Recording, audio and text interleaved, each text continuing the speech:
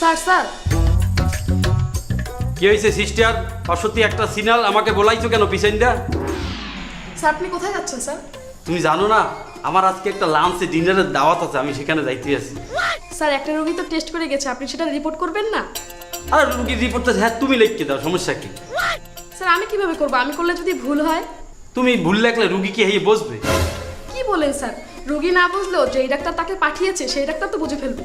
যে doctor test করতে পাঠাইছে না হে আর আমি এক লগেই অটো পাস করছি। হে যে মাল আমি একই মাল, সমান সমান বাতিল মাল।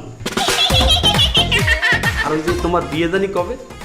সামনের মাসের 1 তারিখে স্যার। তোমার এই কথা শুনলে আমার একটু গান মনে পড়ে। স্যার একটু গান না প্লিজ।